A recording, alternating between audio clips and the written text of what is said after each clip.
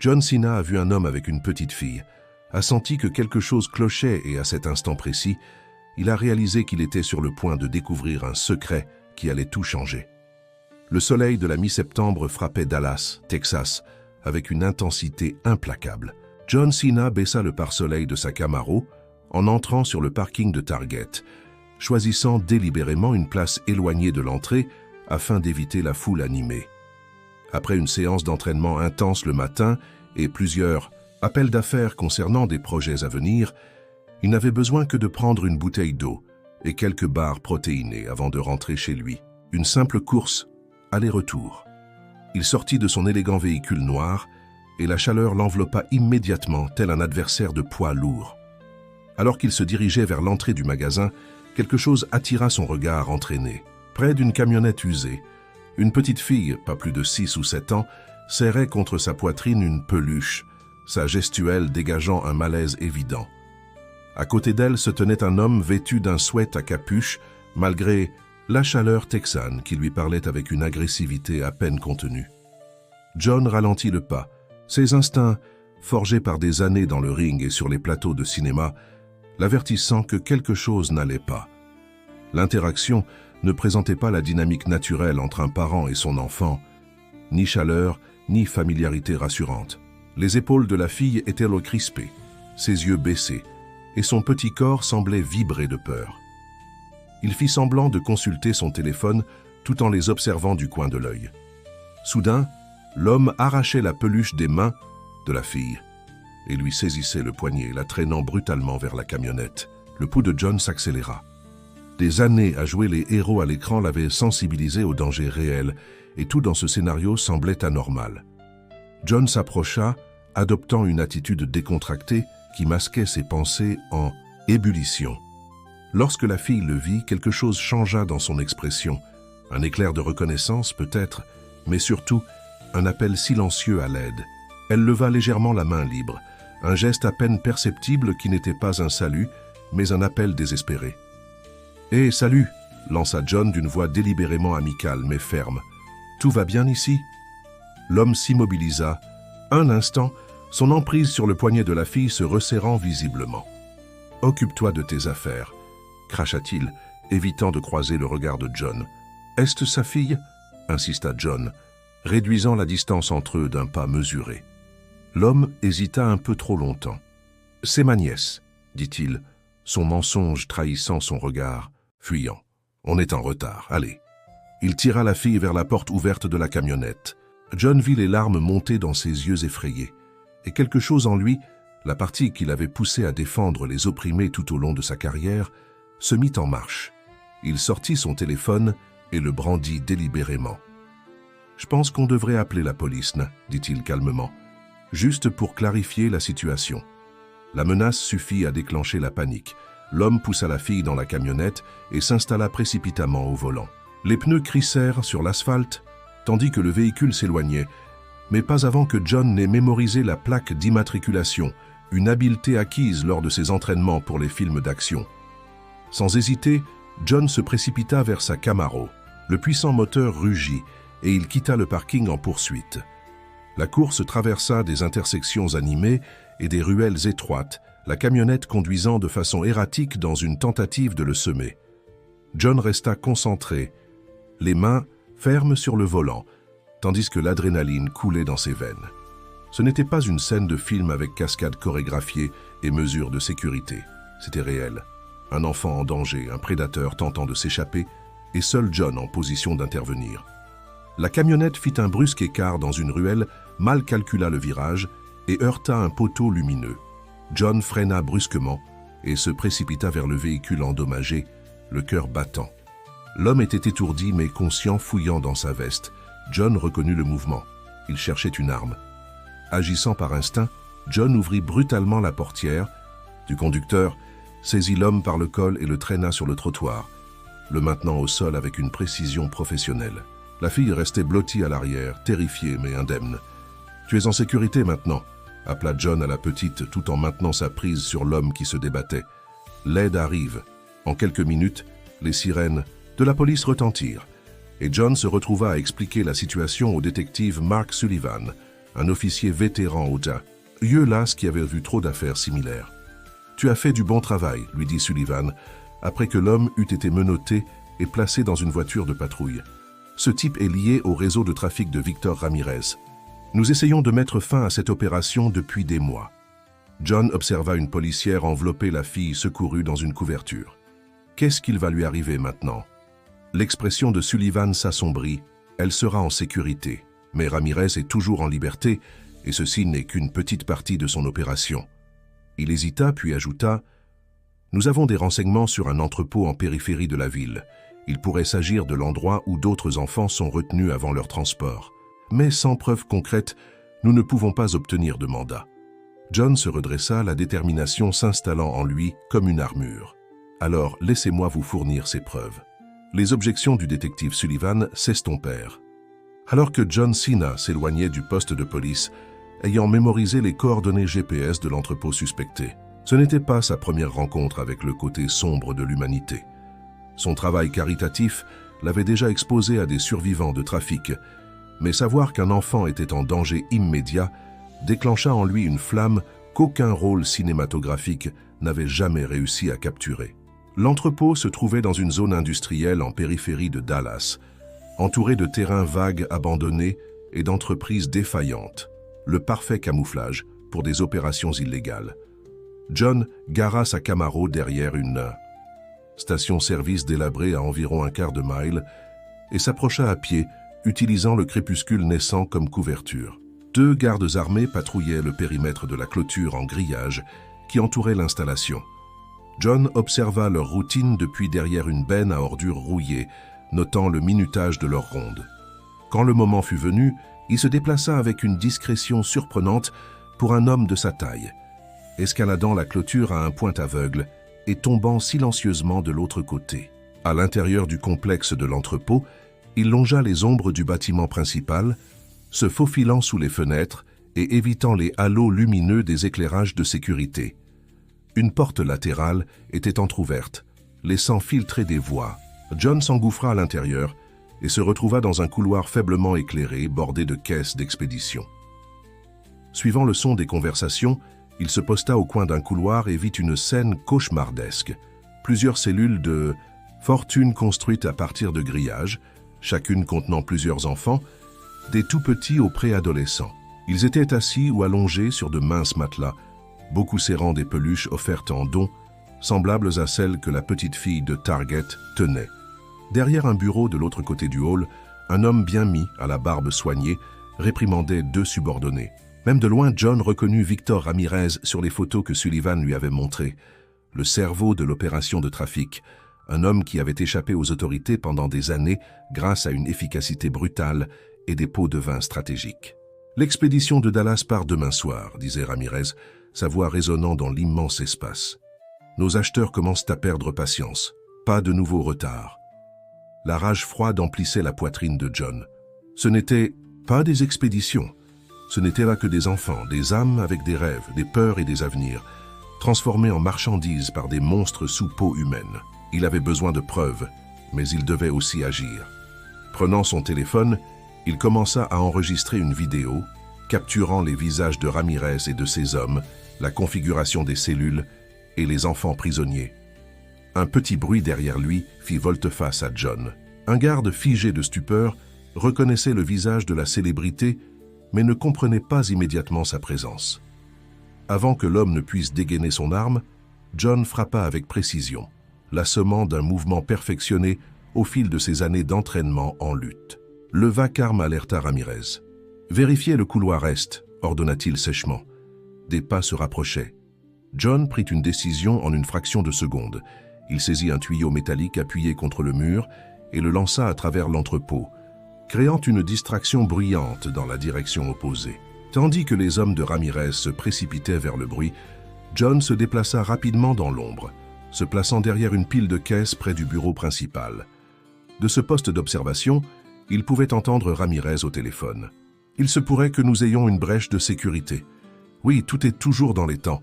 La connexion de Miami est assurée. » Chaque mot était une preuve supplémentaire, un autre clou dans le cercueil du criminel. John continua d'enregistrer, sachant que Sullivan aurait besoin de toutes les informations possibles pour démanteler l'ensemble du réseau. Un léger bruit attira son attention. Un sanglot étouffé provenant de la cellule la plus proche. Un petit garçon, pas plus âgé de 8 ans, avait aperçu John et le regardait avec un mélange de peur et d'espoir désespéré. John porta un doigt à ses lèvres, puis offrit au garçon un hochement de tête rassurant. L'aide arrivait. Il devait transmettre la vidéo à Sullivan immédiatement. S'éloignant prudemment, John avait presque atteint la sortie lorsqu'un garde apparut au coin, arme au poing. « Ne bouge pas !» siffla l'homme, la reconnaissance se lisant dans ses yeux. « Eh bien, regarde qui voilà, le héros en personne. » John leva lentement les mains, son esprit parcourant les scénarios possibles. « Vous ne voulez pas faire ça, » dit-il calmement. « La police est déjà au courant de cet endroit. Ils sont en route. » L'expression du garde vacilla d'incertitude. John saisit l'instant, se lançant dans l'action avec la puissance explosive qui l'avait rendu célèbre. En quelques secondes, le garde était inconscient, et John filait à travers le complexe, les alarmes retentissant derrière lui. Il franchit la clôture juste au moment où des véhicules commençaient à arriver à la porte principale. Pas des voitures de police, mais des SUV aux vitres teintées. Des renforts pour Ramirez. John se précipita vers sa Camaro, les pneus crissant sur le gravier, tandis qu'il s'échappait. 10 minutes plus tard, il se retrouvait devant le détective Sullivan au poste de police, la vidéo ayant été transférée sur un serveur sécurisé. L'équipe de Sullivan se mobilisa avec une efficacité remarquable, coordonnant l'intervention de l'unité SWAT pour un raid immédiat. « Tiens, tu te rends compte à quel point c'était dangereux », dit Sullivan, bien que la réprimande manquât de conviction. « Tu aurais pu te faire tuer. » John regarda les officiers préparer leur équipement tactique, son expression résolue. Ces enfants ne pouvaient pas attendre un mandat et la bureaucratie. Ils avaient besoin que quelqu'un agisse immédiatement. Sullivan l'observa longuement. « On intervient dans 20 minutes. Tu restes ici. »« Pas question, » répliqua John d'un ton qui ne laissait aucune marge de discussion. « Je viens avec vous. » Le détective ouvrit la bouche pour protester puis soupira en résignation. « Reste derrière l'équipe tactique. Ce n'est pas un plateau de cinéma, Sénat. Ces hommes n'hésiteront pas à tirer. » John hocha la tête d'un air sombre. « Moi non plus, je n'hésiterai pas à les arrêter. » Le raid se déroula avec une précision militaire. Les équipes SWAT firent irruption dans l'entrepôt par plusieurs points d'accès, sécurisant le périmètre et neutralisant les gardes armés avant qu'ils ne puissent organiser une résistance. John resta aux côtés de Sullivan, avançant après la première percée pour aider les enfants, beaucoup étant trop terrifiés pour réagir aux officiers. Victor Ramirez fut encerclé dans son bureau, tentant de supprimer des fichiers sur un ordinateur lorsque John et Sullivan firent irruption. Les yeux du criminel s'écarquillèrent en le reconnaissant avant de se plisser de haine. « John Cena, cracha-t-il, tu joues au héros hors écran maintenant. Tu aurais dû rester à Hollywood. Tu n'as aucune idée de ce dans quoi tu t'es embarqué. » Sullivan s'avança en brandissant des menottes. « Victor Ramirez, vous êtes en état d'arrestation pour trafic d'êtres humains, enlèvement, racket. » Ramirez se jeta soudainement, dévoilant une arme dissimulée. John réagit avec une rapidité instinctive, maîtrisant l'homme avant qu'il ne puisse tirer. Ils s'effondrèrent sur le bureau, se débattant pour le contrôle. Malgré son avantage de taille, John se retrouva face à un adversaire poussé par le désespoir et la colère. Une douleur aiguë explosa sur son flanc. Ramirez avait sorti un couteau caché. John fit abstraction de la blessure, se concentrant sur l'immobilisation des bras du trafiquant. D'un ultime sursaut de force, il maintint Ramirez au sol, permettant à Sullivan de poser les menottes. « C'est fini », dit John, haletant en se relevant. Le sang perlait sur sa chemise, mais son attention était déjà ailleurs, sur les enfants emmenés de leurs cellules par des officiers et des travailleurs sociaux aux mains délicates.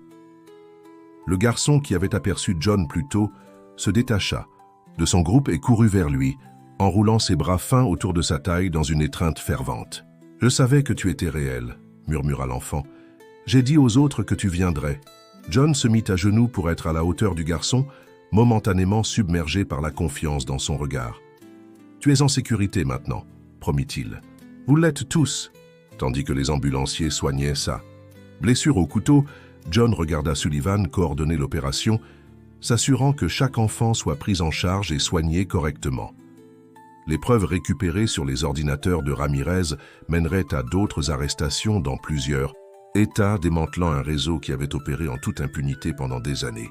« Nous n'aurions pas pu y arriver sans toi », admit Sullivan en rejoignant John alors que la scène était sécurisée. « Même si j'aurais préféré que les civils ne se lancent pas dans leurs propres enquêtes vigilantes. » John esquissa un sourire fatigué. « Considère cela comme une apparition exceptionnelle. » Plus tard dans la nuit, alors qu'il donnait sa déposition officielle au siège de la police, une travailleuse sociale s'approcha avec un visage familier. La petite fille du parking de Target, celle dont l'appel silencieux avait tout déclenché. Elle serrait une nouvelle peluche, cette fois-ci un tigre en peluche aux pattes surdimensionnées. « Elle a demandé à te voir avant d'aller dans son placement d'urgence », expliqua la travailleuse sociale. « Elle n'a pas beaucoup parlé, mais elle voulait te remercier. » La petite s'avança timidement, puis surprit tout le monde en tendant le tigre à John. « Pour toi, » dit-elle, sa voix à peine audible, « pour te protéger aussi. » John accepta le cadeau avec la solennité qu'il méritait, la gorge serrée par l'émotion. « Merci, dit-il. Je le garderai avec moi. » Alors que la travailleuse sociale emmenait l'enfant, John se retourna pour trouver Sullivan qui le regardait avec un respect nouveau. « Tu sais, » dit le détective d'un ton réfléchi, « on pourrait avoir besoin de quelqu'un comme toi en tant que consultant pour notre unité sur les crimes contre les enfants. Quelqu'un qui remarque ce que les autres ne voient pas. » John regarda le tigre, en peluche dans ses mains, repensant au rôle qu'il avait joué au cours de sa carrière, le héros d'action, le comique, le dur à cuire au grand cœur. Aucun ne se comparait à l'impact réel des 24 dernières heures. « J'y réfléchirai, dit-il, et il le pensait sincèrement. Le palais de justice du comté de Dallas vibrait d'une tension palpable le matin de l'audience de Victor Ramirez. 3 mois s'étaient écoulés depuis le raid de l'entrepôt. Des mois remplis d'enquêtes supplémentaires, d'arrestations des associés de Ramirez et d'un travail minutieux pour réunir les enfants trafiqués avec leurs familles ou les placer dans des environnements sûrs. John Cena était assis dans la galerie, la cicatrice sur son flanc rappelant peu à peu sa confrontation avec Ramirez. À côté de lui, le détective Sullivan, qui était devenu un ami au fil de l'affaire, observait l'entrée d'un Ramirez menotté, son costume coûteux et son attitude confiante, contrastant violemment avec les chaînes qui ornaient ses chevilles. « Comment se passe le travail de consultant ?» demanda Sullivan doucement pendant qu'ils attendaient le début des procédures. John avait suivi le conseil du détective, travaillant à temps partiel avec l'unité des crimes contre les enfants, utilisant son statut de célébrité pour sensibiliser et lever des fonds, tout en apportant ses compétences d'observation étonnamment efficaces aux enquêtes en cours. Différent de ce à quoi je suis habitué, admit John, mais important. Sullivan hocha la tête. Le procureur affirme que c'est du béton armé. Plusieurs chefs d'accusation dans 3 États. Ramirez risque la prison à perpétuité, sans possibilité de libération. Quelque chose dans le ton du détective fit que John le regarda. Mais, Sullivan soupira, son réseau était tentaculaire. Nous avons identifié au moins 2 acteurs majeurs qui opèrent encore, probablement avec une connaissance de ses méthodes et de ses contacts. La lutte est loin d'être terminée. Avant que John ne puisse répondre, le greffier appela tout le monde à se lever alors que le juge entrait. Les procédures légales se déroulèrent avec une efficacité procédurale, les chefs d'accusation furent lus et les avocats prirent la parole. Ramirez plaida non coupable, jetant de temps à autre un regard non dissimulé de malveillance en direction de John. Pendant une courte pause, John se rendit dans le couloir pour prendre l'air, se retrouvant face à face avec une femme dont il reconnut les traits sur des photos. Maria Ramirez, l'épouse de Victor, qui avait prétendu ignorer les affaires criminelles de son mari. « Monsieur Cena, » dit-elle d'une voix basse mais claire, « puis-je vous parler en privé ?» John hésita puis hocha la tête, la suivant dans un recoin tranquille près des fontaines. Maria jeta un coup d'œil nerveux autour d'elle avant de sortir une clé USB de son sac. « Victor tenait des dossiers, » dit-elle en lui pressant l'appareil dans la main. « Des noms, des dates, des lieux. Non seulement pour son opération, mais pour d'autres liées à elle. Des personnes puissantes. Monsieur Cena, des personnes qui n'hésiteront pas à éliminer toute menace. » Sa voix tremblait légèrement. « J'ai trouvé cela dans le coffre-fort de notre maison. J'ai fait la paix avec l'idée que Victor fasse face à la justice, Mais ces autres, ils ont menacé mes enfants. John scruta son visage, cherchant la moindre tromperie, ne trouvant que de la peur. Pourquoi me confier ça? Pourquoi pas à la police? Parce que je ne sais pas qui est compromis, murmura-t-elle. Mais je sais qui vous êtes. Pas seulement la célébrité, mais l'homme qui a risqué sa vie pour des enfants qu'il ne connaissait pas. Mon mari vous a traité d'idiot pour cela. Moi, je vous considère comme la seule personne en qui j'ai confiance. Elle s'éloigna rapidement, laissant John avec ce qui pourrait être la clé pour démanteler plusieurs réseaux de trafic, ou un piège destiné à discréditer l'affaire contre Ramirez. Il retrouva immédiatement Sullivan pour lui raconter l'incident. Le détective examina la clé USB avec la prudence professionnelle qui le caractérisait. Il faudra que la cybersécurité l'analyse avant d'y accéder. Elle pourrait être infectée ou bien être sans importance. Il glissa l'appareil dans sa poche. Concentrez-vous sur l'audience d'aujourd'hui. Nous traiterons du cadeau de Maria par la suite. En regagnant la salle d'audience, John remarqua des mouvements inhabituels près de l'entrée. Des agents de sécurité chuchotaient, les mains se dirigeant vers leurs armes. Ses instincts, affinés par des années passées dans des environnements imprévisibles, se mirent en alerte. Le premier coup de feu déchira l'atmosphère formelle dans un chaos soudain. 3 hommes armés étaient entrés dans la salle, tirant en l'air et criant que tout le monde se mettait à terre. La panique éclata tandis que les personnes se précipitaient sous des bancs et des tables pour se protéger. John entraîna Sullivan derrière une cloison en bois, évaluant la situation avec une clarté remarquable. Ce n'était pas une attaque aléatoire. C'était une tentative coordonnée pour soit libérer Ramirez, soit l'assassiner définitivement. Elle bloqua les sorties principales, observa John scrutant les mouvements des assaillants. L'un d'eux s'approchait de Ramirez, clé en main, tandis que les autres couvrissent leurs arrières. Sullivan dégaina son arme. Des renforts arriveront dans quelques minutes, mais ce sera peut-être trop tard. John prit une décision, guidé par le même instinct qui l'avait poussé à intervenir dans le parking de Target. Créer une diversion à mon signal. Je vais m'occuper de celui qui est le plus proche de Ramirez. Avant que Sullivan ne puisse protester, John se déplaça le long des rangées de bancs, utilisant le chaos et les cris comme couverture. Il se posta derrière une table renversée, attendant que l'assaillant se rapproche de Ramirez et commence à déverrouiller ses menottes. « Maintenant !» cria John. Sullivan tira 2 coups de feu vers le plafond, attirant l'attention des autres assaillants. Dans ce moment de distraction, John se jeta à travers la salle, plaquant l'homme à côté de Ramirez avec une force dévastatrice. Ils s'écrasèrent contre la table du défendeur, l'arme de l'assaillant glissant sur le sol. La sécurité du palais se mobilisa rapidement, engageant les assaillants restants dans une fusillade qui fit voler des éclats de bois et de plâtre. Les civils se précipitèrent vers les issues de secours pendant que les officiers donnaient des instructions. John se débattait avec son adversaire, un combattant professionnel dont la technique trahissait une formation militaire ou spéciale. Ils échangèrent des coups qui auraient neutralisé des hommes moins aguerris, chacun cherchant à prendre l'avantage en combat rapproché. Un craquement sec résonna lorsque John réussit finalement à enfoncer la tête de l'assaillant contre la rambarde en bois, le rendant inconscient. Il se retourna pour sécuriser Ramirez, pour découvrir que le trafiquant s'enfuyait déjà par une porte latérale, ses chaînes abandonnées. « Sullivan !» appela John en pointant du doigt Ramirez qui s'échappait. Le détective hocha la tête en signe de compréhension et se lança à la poursuite de Ramirez, tandis que John aidait, aux côtés des agents de sécurité du palais, à maîtriser les assaillants restants. Quelques minutes plus tard, les coups de feu cessaient. 2 assaillants étaient à mort, un inconscient grâce à l'intervention de John et le palais sécurisé. Mais Victor Ramirez et le détective Sullivan restaient introuvables. John suivit la trace qu'ils avaient laissée, poussant la porte de sortie de secours pour rejoindre un couloir de service. Des gouttes de sang sur le sol formaient un macabre sillage. Quelqu'un avait été blessé. Il se déplaça prudemment, alerte à tout danger, jusqu'à ce qu'il entende une respiration laborieuse au détour d'un couloir. Il trouva Sullivan assis contre le mur, une main pressée sur son épaule ensanglantée, l'arme de service toujours fermement tenue dans l'autre main. « Ramirez ?» demanda John en se penchant pour examiner la blessure du détective. Sullivan grimaça. Il s'est échappé. Il avait une voiture qui l'attendait dans le quai de chargement. Une extraction professionnelle. Il se contracta alors que John appliquait une pression sur la blessure par balle.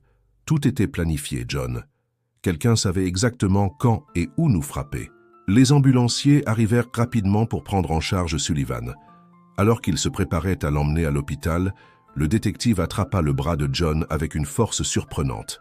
« La clé USB », dit-il d'une voix urgente. « Elle est dans la poche de ma veste. Ne la confiez à personne tant que nous n'aurons pas identifié qui est compromis. » John récupéra l'appareil discrètement, hochant la tête en signe de compréhension. « Je vais le retrouver, Mark. On va finir ça. » À la suite de l'attaque au palais de justice, des agences de sécurité descendirent sur Dallas en force. FBI, US Marshals, police d'État. John donna sa déposition à plusieurs reprises, décrivant les assaillants et le déroulement des événements.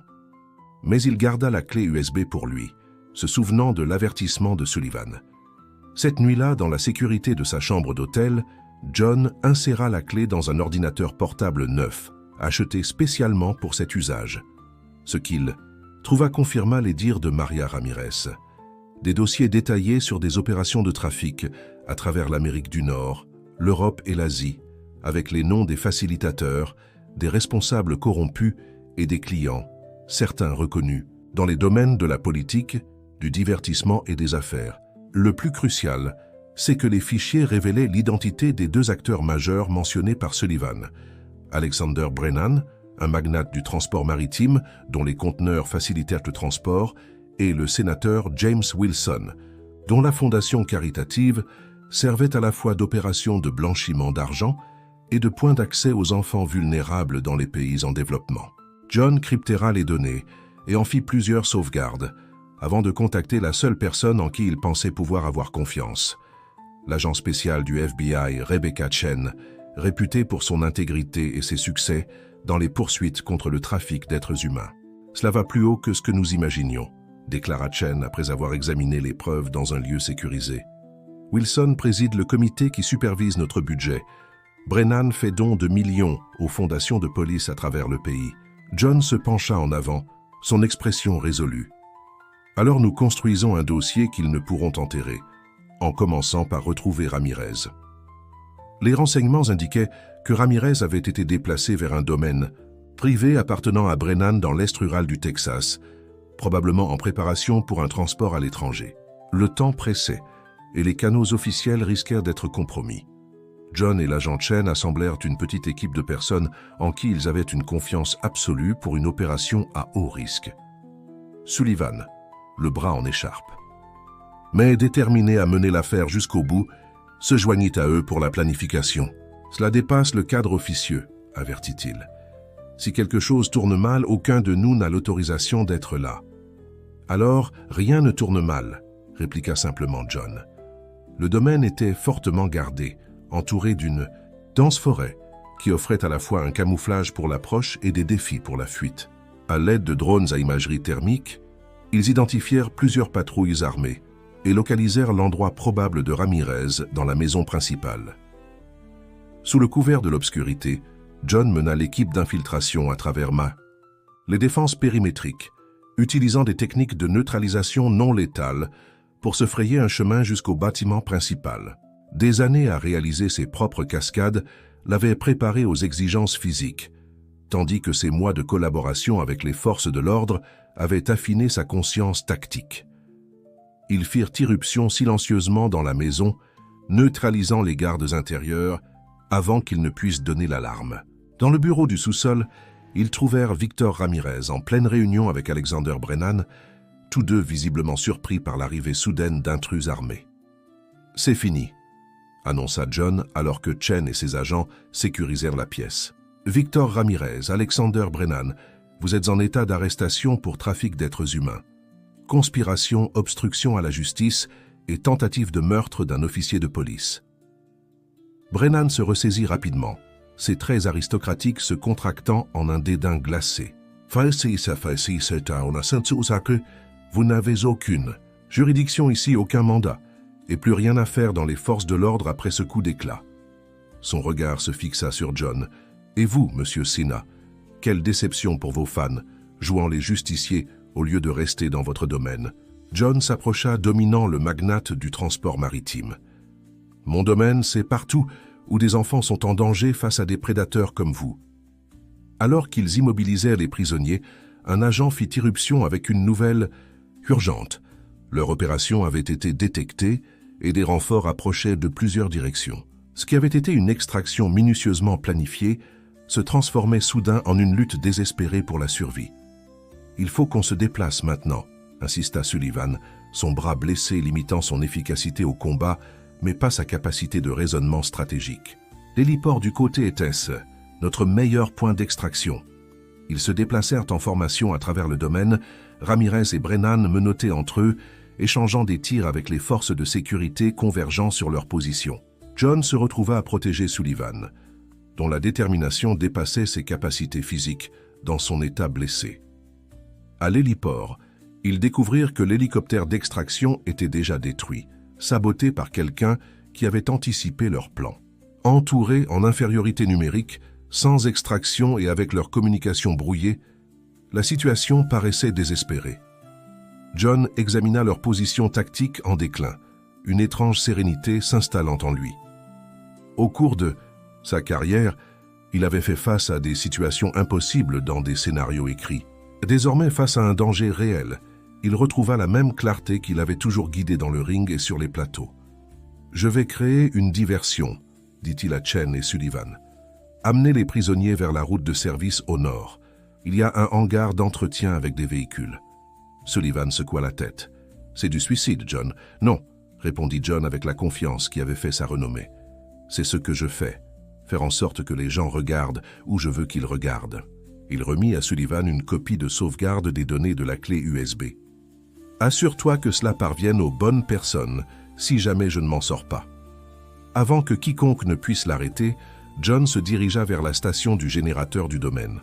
Utilisant les matériaux disponibles, une compétence apprise lors d'un film d'action il y a 2 ans, il programma des explosifs récupérés sur un garde neutralisé pour qu'ils explosent en séquence sur l'ensemble de la propriété.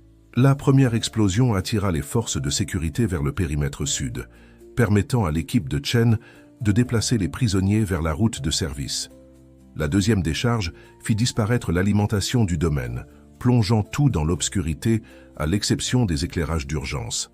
John se fraya un chemin à travers le chaos, neutralisant les adversaires en utilisant l'environnement et l'obscurité à son avantage. Il approchait du point de rendez-vous lorsqu'une silhouette émergea de l'ombre, un visage familier issu de l'opération de Ramirez, le lieutenant qui avait échappé au raid de l'entrepôt. « Après dû rester célèbre », grogna l'homme, dévoilant un couteau de combat de grade militaire.